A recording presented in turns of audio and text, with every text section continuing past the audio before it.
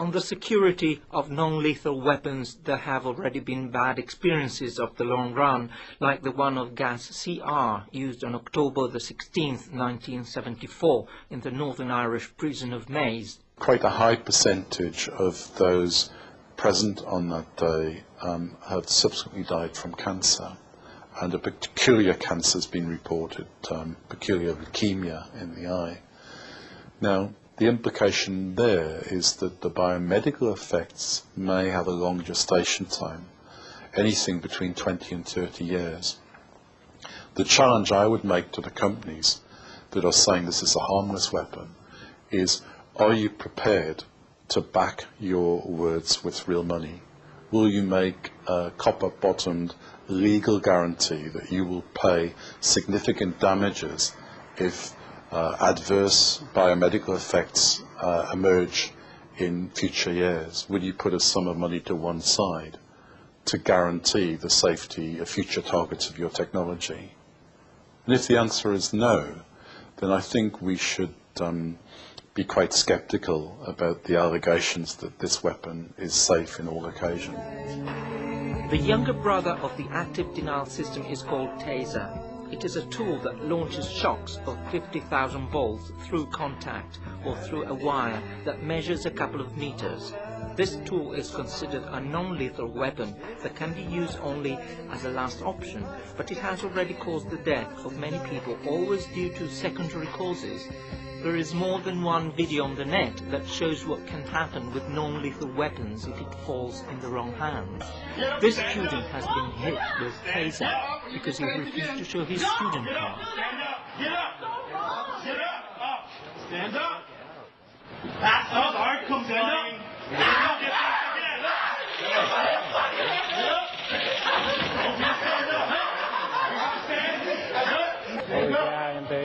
Those have like the bases, supervisor.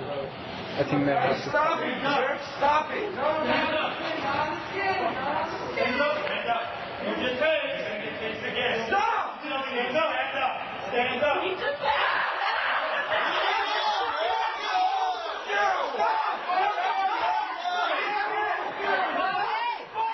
Imagine you are taking part to a demonstration and you don't see any threat around, but all of a sudden you feel a harsh pain. How do you react? It would be intensely frightening to feel that and have no idea what caused it. Our reaction to pain is always to try to make sense of it, and fortunately most of the time we can, and then we know what to do, even if it's just to endure it and wait and it goes away.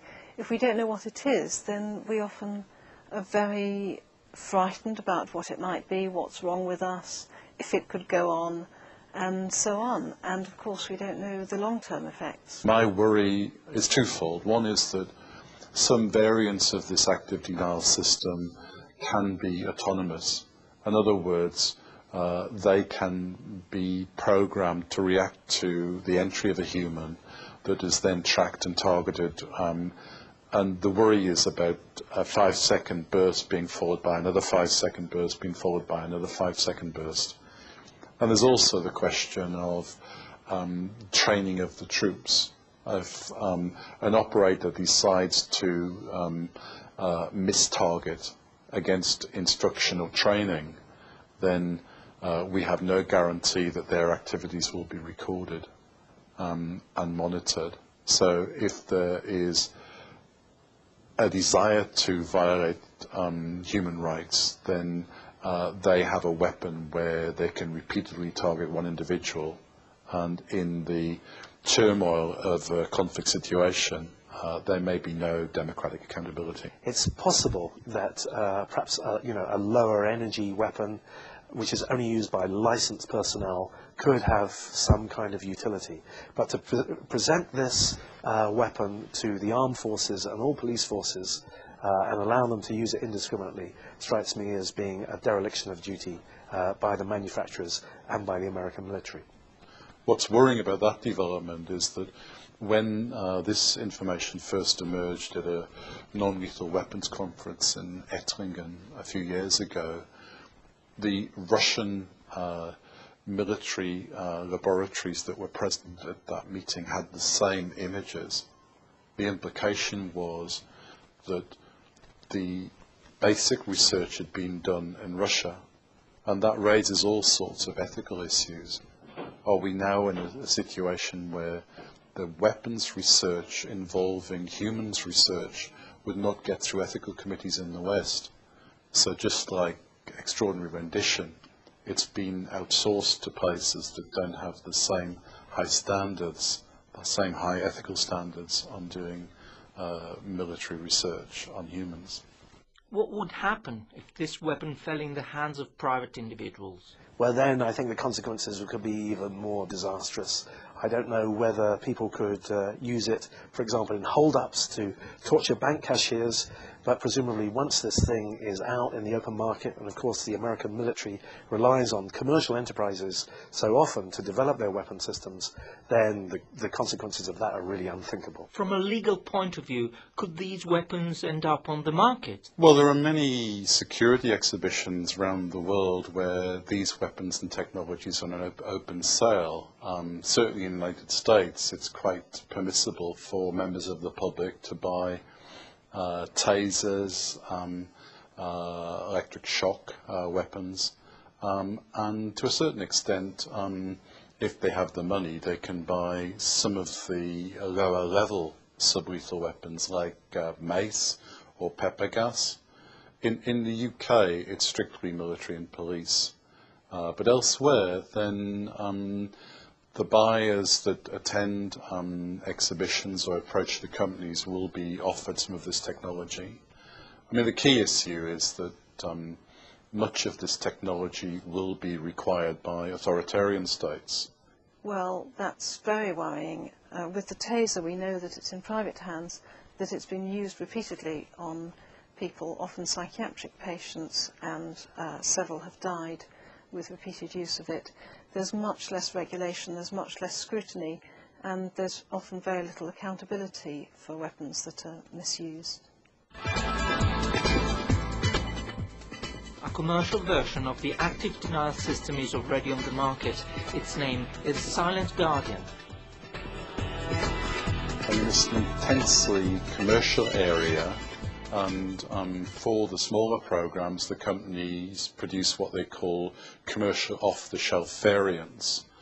But for the second and third generations of technology, such as the directed energy weapons programs, so much R&D is required that there are governments actively soliciting companies to bid for grants to develop these weapons. That's particularly true in the States, where the Department of Defense, the Joint Non-Lethal Weapons Program and Directorate, and the National Institute of Justice will fund companies to develop new technologies. So in a context where the American military are trying to extract information, there must be a temptation to use a weapon which leaves no signs of ill treatment to extract information from people.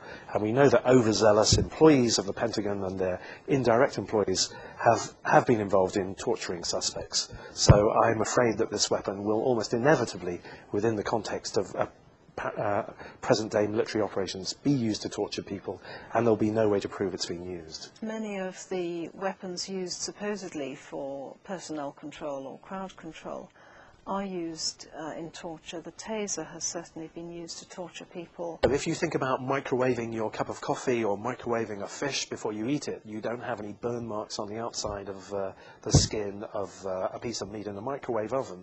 And in the same way, these people will have suffered excruciating burning pain without any clear-cut signs of tissue damage, because the damage-sensing nerves, which are exquisitely sensitive to heat stimulation, will be sending a massive pain signal into the central nervous system. So these people may suffer excruciating agony and yet have no apparent signs of tissue damage. The suspicion at this stage is, and it's been confirmed by the Pentagon, is that the first use for the static forms of this technology, Silent Guardian, will be in nuclear power installations. And that seems very difficult to argue with, because the security forces around those establishments are already authorized to use lethal force. And so in public relations terms, it would be very easy to justify the deployment of that technology there. But once the technology is honed and refined in a static capacity, what we can anticipate in the future is silent guardian towers at borders, maybe with some inbuilt algorithmic intelligence that can identify humans approaching it and automatically target them. And that becomes a big worry in a time of future climate change, where we might have several 100 million people on the move. We might find that military pain induction technology becomes the technical fix for climate change. That instead of dealing with the causes, we end up trying to handle the human symptoms. And this pain technology finds its way into large border installations.